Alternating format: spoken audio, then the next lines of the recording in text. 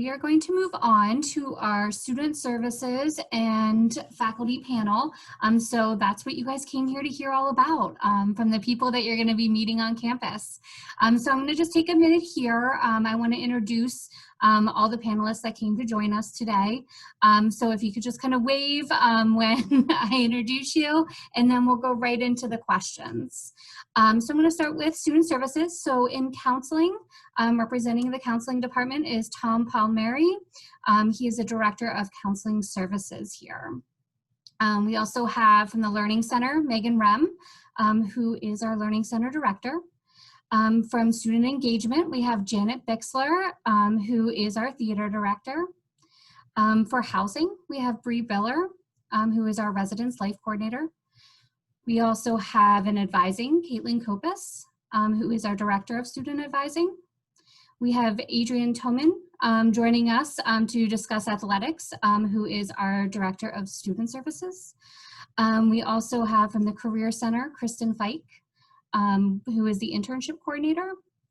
And for multicultural affairs, we have Megan Peterson, who is the Dean of Equity and Multicultural Affairs here at Central Penn. So that is our student services panel. And then last but not least, we have our faculty panel. So for representing business, accounting, and marketing today, we have Susan Snyder, who is one of our professors. We have from information technology, Harv Tannenbaum, who is our program director. We have from legal studies, Robert Donnelly, who is the program director. We have from criminal justice, John Contino, who is one of our professors.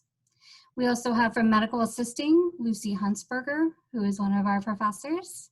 From OTA, we have Dr. Kimberly Tanish, who is the OTA program director. From PTA, we have Dr. Nicole Patterson, who is the professor and the program director for the PTA program. And we also, from humanities, we have Paul Miller, who is also one of our professors. So hopefully I didn't miss anyone because we have a lot of people here today. So I am actually going to get started with student services. So I am going with Janet Bixler first. I can find you, Janet, if you can unmute yourself. Hello. Hi, Janet. All right, so can you tell us some of your fan favorite events and programs that students can participate in on or off campus? Sure.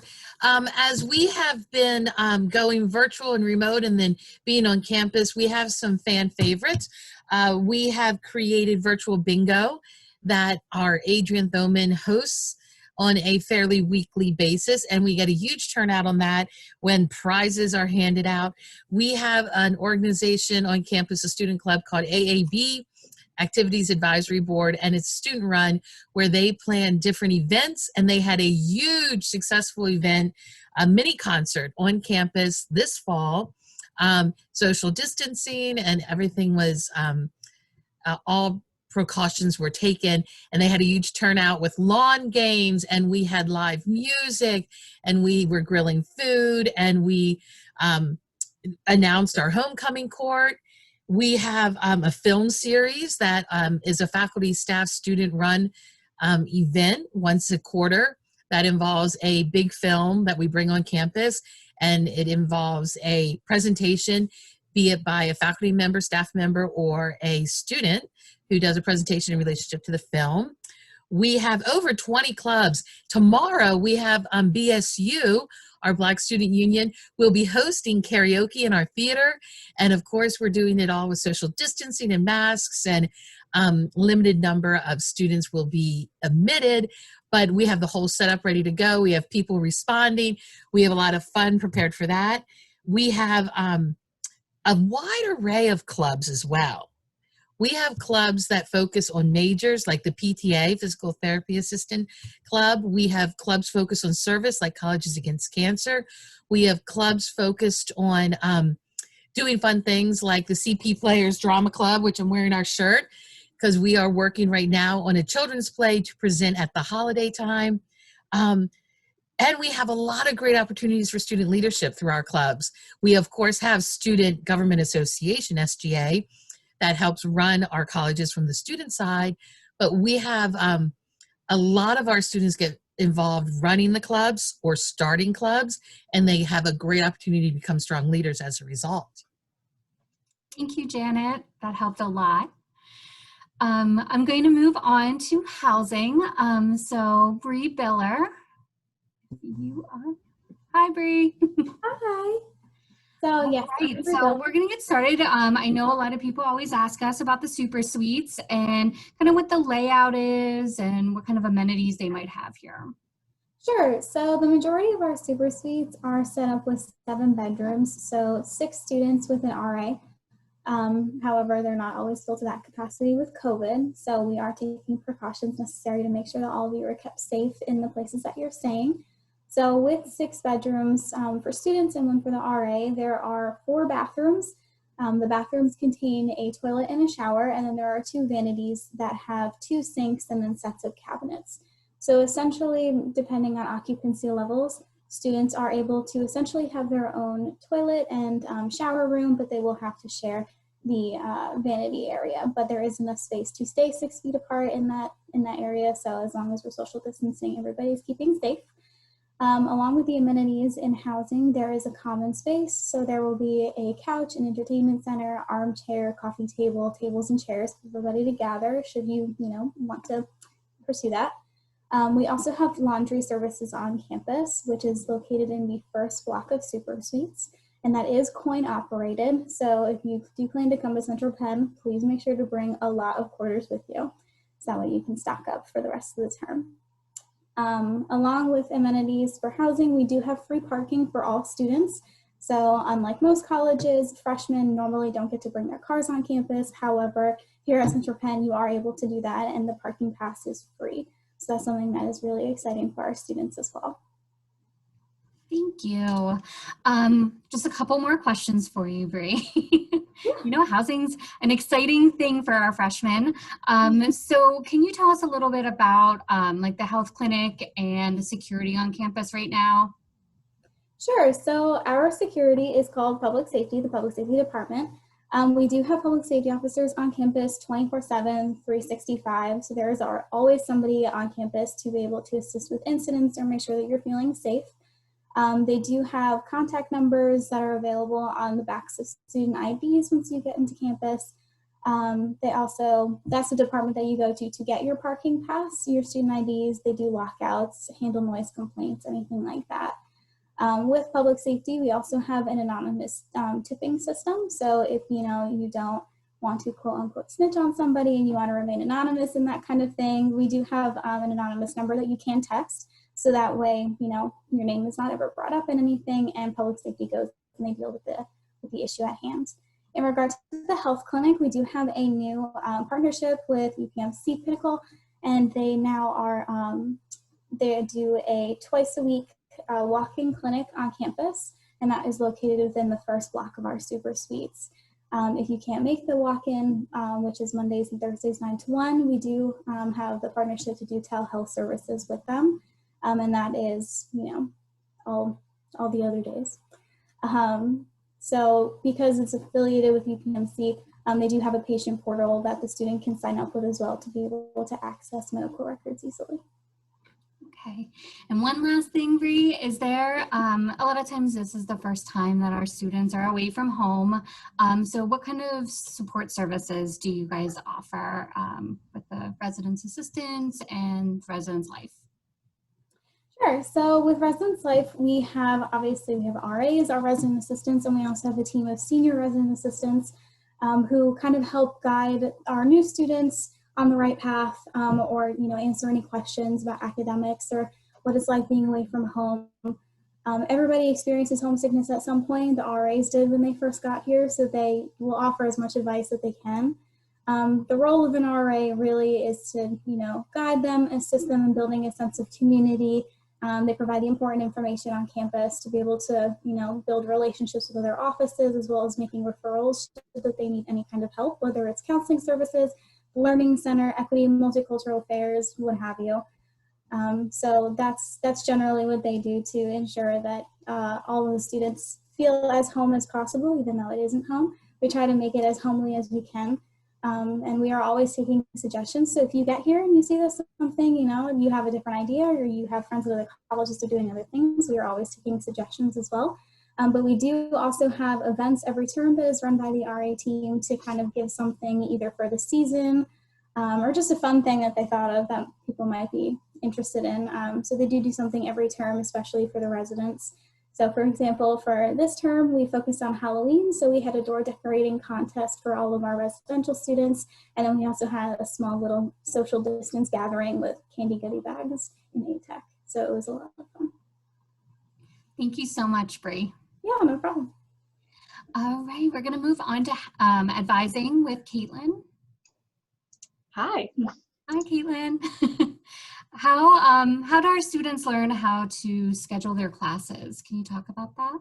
Absolutely. So if you are a first-time college student, one of the classes that you'll be taking in your first term is CPC Foundations, which is if you've heard of this at any other colleges, it might be called something like freshman seminar or first year seminar. We call it CPC Foundations here. There's a lot of really, really wonderful information that's covered throughout that class to help you transition into your first time in college. And one of the big topics that's covered is course registration. So your very first term, we will help you get registered for your classes just to take some of the mystery and confusion out of that. But then during your first term in CPC Foundations, you'll be learning more about course registration and degree planning to help you as you register for your second term. All right, thank you, Caitlin. Can you discuss a typical meeting with your advisor if they came into the advising center or did a drop-in hour with you? Sure. So I would say there's probably not really a typical meeting in advising, just because people come see us for all sorts of different reasons. And we're really here to meet your needs and figure out what we can do to help you and support you. So a lot of students are most frequently reaching out to us about pretty straightforward things like, what classes should I take? So obviously, if you come in with a really straightforward question, we're going to help you figure out the answer. But, students also are coming to us if they're thinking, am I in the right program? I started taking these classes and now I'm wondering, what about this other thing that my friend is in and sounds really interesting? So if you're thinking about changing your major, or if, you've got a class and you're, maybe it's giving you a little bit of trouble and you're not quite sure where to go next and what your best plan is. So, if a student wants to come in and meet with us, we're here to help you navigate your college experience and just figure out what we can do to support you depending on what your problem or question or, area that you're just looking for some help is. All right, Caitlin, any advice or, helpful tips for the new student coming in of why they should contact you and not wait too late? Absolutely. So I'm sure you will hear this throughout your education from a lot of different people, definitely everybody in student services, but reaching out early is always a really great idea. There's a lot that we can do. If, you're looking for any support, just reach out early, and, that's when we have the most options. And it's also really great just to reach out early so we can really get to know you. I love when students or make themselves available to meet with me to, so that I can really get to know them in their first term. And that way, as you go on throughout your education, it's given me a chance to get to know you a little bit better, to know what your career goals are, what your interests are, and I can help you figure out what we can do to help you explore those areas of interest and move towards that future career goal. Right, thank you so much, Caitlin. Thank you. All right, I'm going to move on to sports. So I'm going to have Adrienne talk to us. Hello, I'm glad to see everybody. Go Knights. Hi, Adrienne. All right, so what sports does Central Penn currently offer?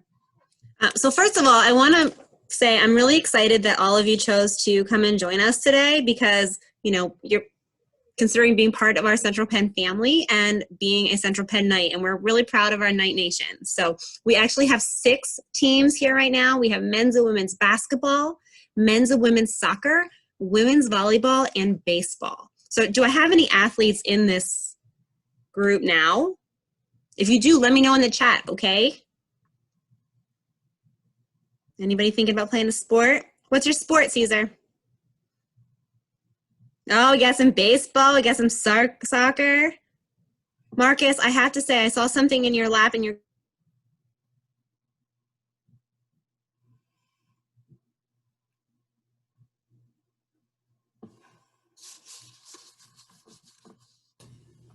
All right, guys.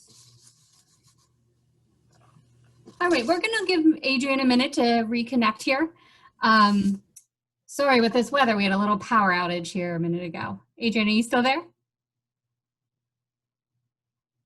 All right, we're gonna circle back around to athletics. I'm gonna actually move on to the Learning Center with Megan Rem. Megan, are you there? Okay, just kidding. Tom, you are up for counseling services. I love how I get upped in the ranking because of a technical difficulty. Hey, everybody. My name is Tom Palmieri. I am the Director of Counseling Services. I'm apparently the one that had the easiest time staying connected.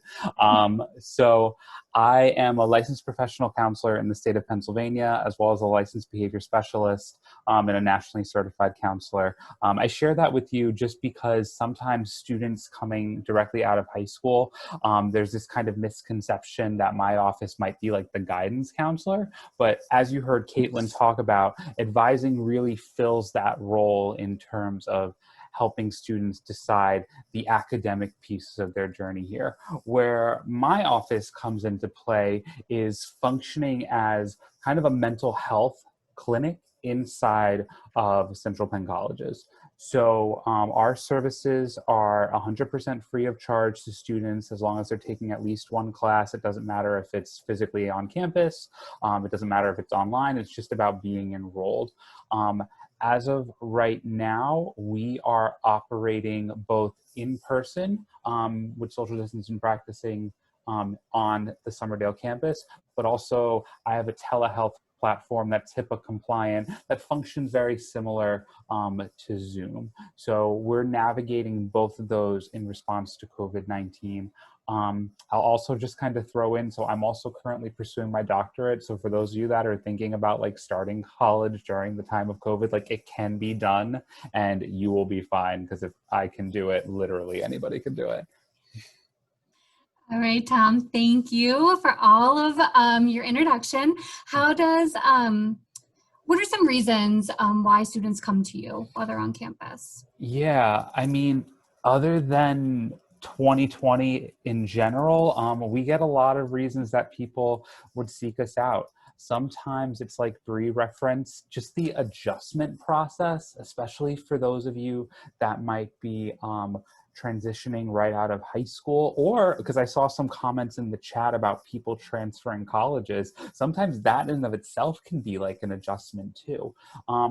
We also work with people that might have already been seeking mental health treatment in the community, and they might choose to transition to us just because it is covered by your tuition and you're getting the same quality of care. So you're not having to pay an insurance copay of like $50 every time that you might be going to therapy. So we get kind of all sorts in that regard. A lot of times too, it's just because the experience of going to college and going into the healthcare field, business, criminal justice, that process of learning more about your field of focus and learning more about yourself, sometimes that dredges up some stuff that really can kind of come at you by surprise.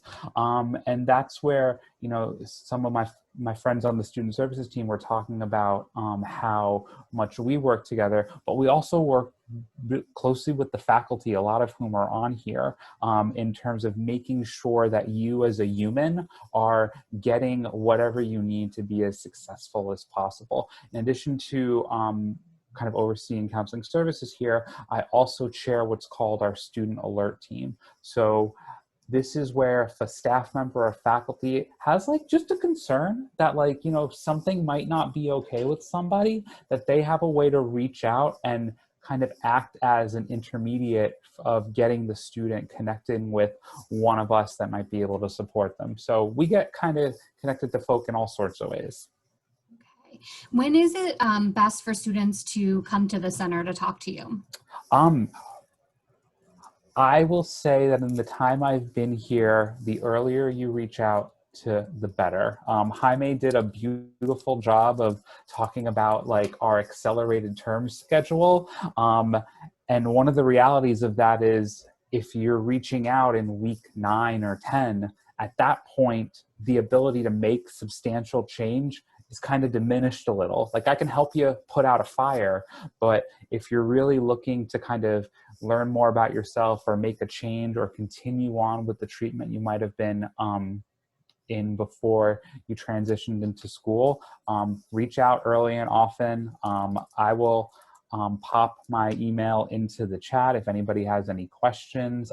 You can also look at the counseling services section on the website, and it has all my contact information. So students and parents are free to reach out if they have any questions about what services look like. Thanks so much, Tom, for talking about the benefits of the counseling department. All right, I'm going to bounce back here to Adrian. It looks like she's back. I'm back. I don't know. The power just, I'm sorry. All right, so I think you were in the middle of kind of discussing what sports teams we have here. Yes. So and I did see in the chat that we have some soccer players, we have a volleyball player, we have a baseball player. So right now we actually do have 6 teams: men's and women's basketball, men's and women's soccer, women's volleyball, and baseball.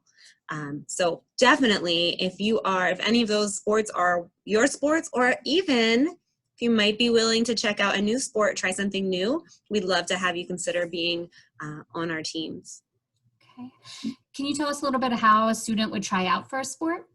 Absolutely. So you want to watch, so we send out an email called Student Central that you get a couple times a week. Typically, I send that out.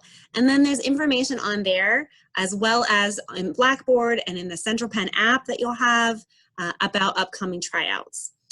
They'll be in advance, you'll know about them. But what I would recommend, honestly, when you get to campus, connect with Casey Hicks, our athletic director. Connect with her. She'll connect you with the coaches, so that way you will be in the loop. Sometimes they have pre-tryout workouts and things like that you can get involved in. So reach out to her early in the process, so that way you're able to be in the loop. All right, and one last question is, we know this is kind of a crazy time during the pandemic, so some of the sports were put on hold. Can you tell us some of the exciting things that we're doing in the meantime with the athletes and what they can get involved in? Absolutely. So yes, we were really disappointed that we had to kind of postpone our athletic seasons till 2021. Really looking forward to getting those games up and running again. But until then, we have been very busy. There have been some very intense competitions. We have intramurals, kickball was very intense, sand volleyball, hot shot, cornhole. We have quite a competitive cornhole battle happening here on campus right now. Flag football happens next week. So all kinds of fun activities to still be involved and be active. We do it in a safe way. Your temperature's checked beforehand. If you're not engaged in play, then you mask up.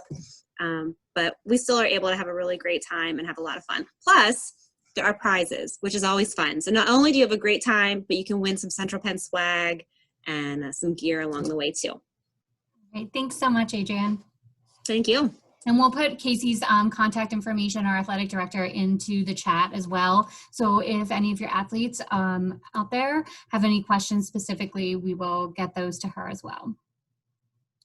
All right, I think Megan Rem is back.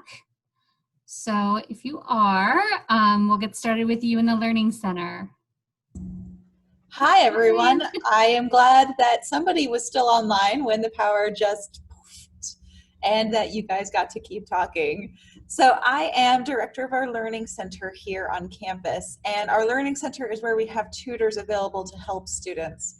Now, I know that some students feel really confident coming and working with a tutor. Others feel like, hey, that means that there's something wrong with me. And I don't know if you've ever had either of those experiences, fit into either of those boats, but I want you to know that our Learning Center aims to just be a support. It's not anything threatening. It's not anything oppressive. It is just meant to help you succeed and learn the skills that you need to succeed.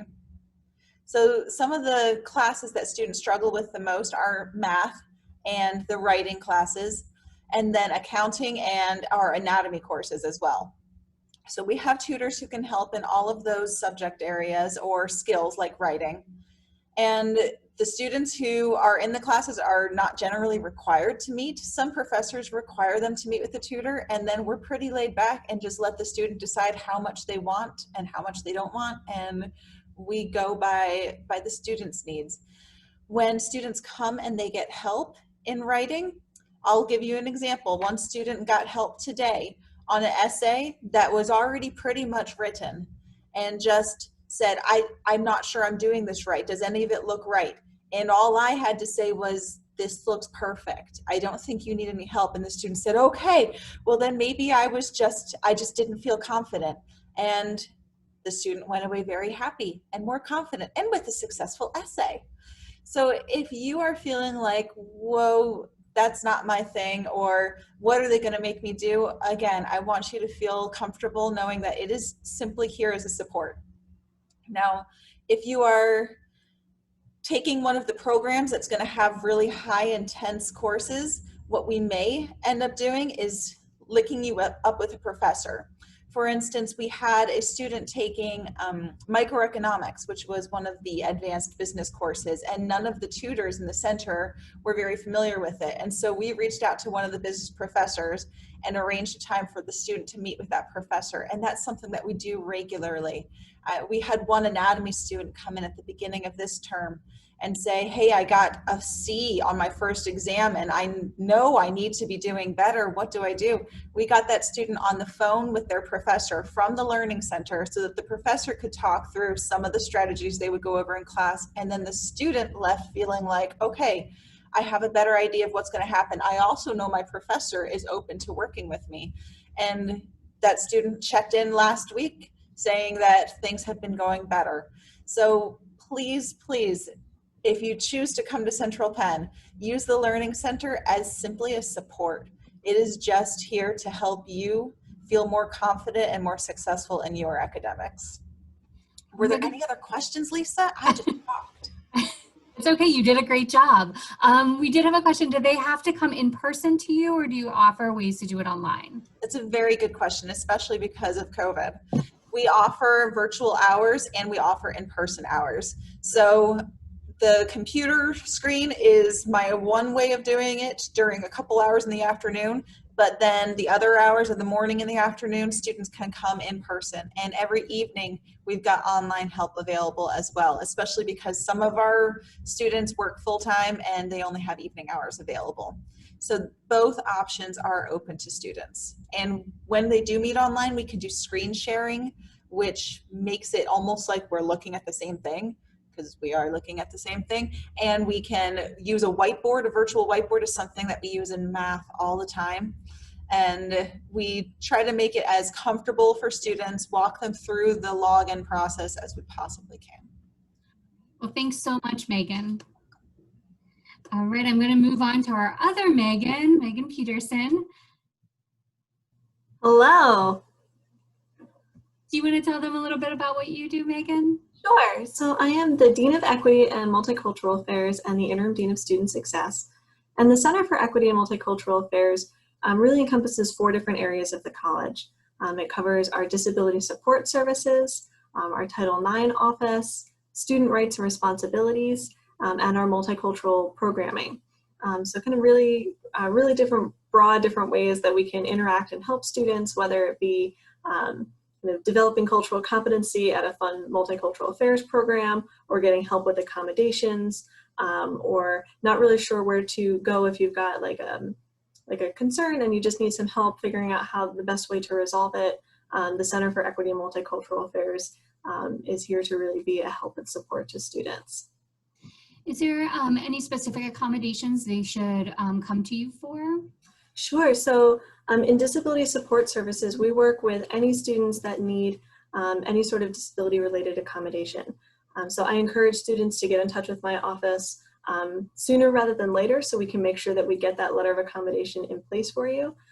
But we work with students with a variety of accommodation needs. So that could be anything from testing accommodations. So we have a testing center on campus where if student needs like a quiet or private space to take a test. They need their test questions read aloud by a proctor or anything like that, that we can schedule that student time in our testing center if they have testing related accommodations. It could be access to audiobooks or other types of assistive technology.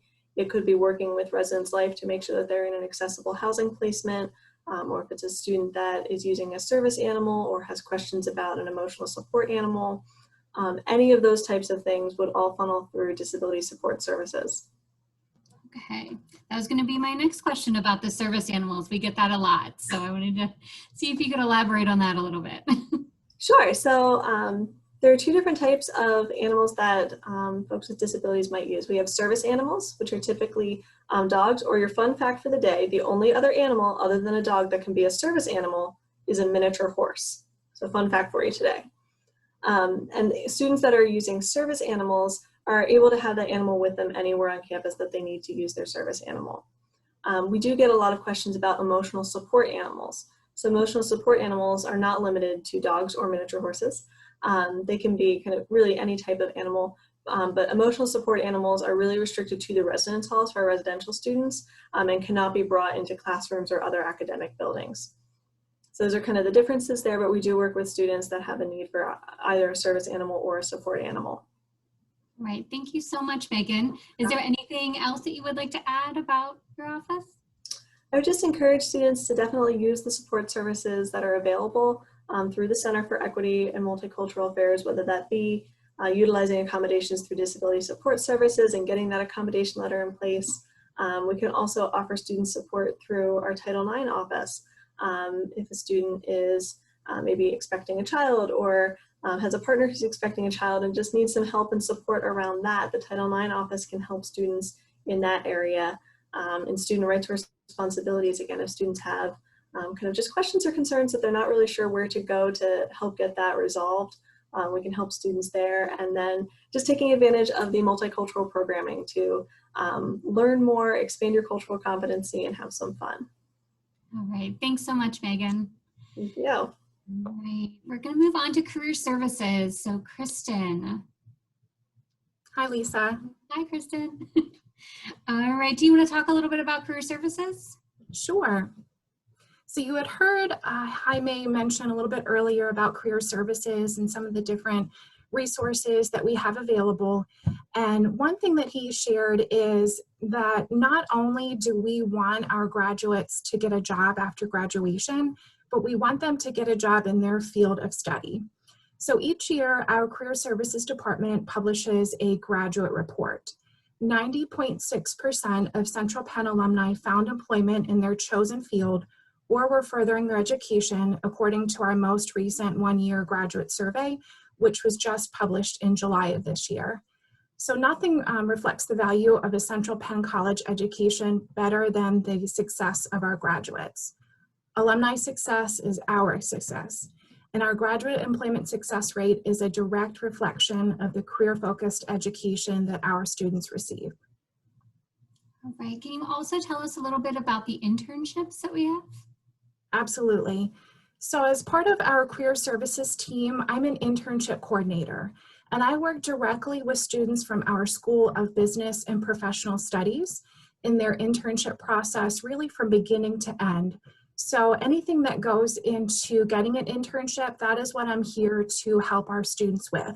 So that means that I assist students with building their resume, finding internship opportunities, applying, interviewing, and ultimately accepting an internship.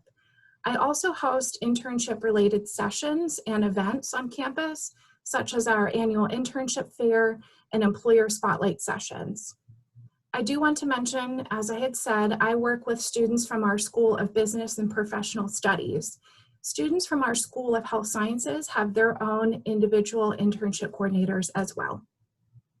All right, thanks so much, Kristen. You're welcome. All right, guys. Well, that is everyone from our student services panel. So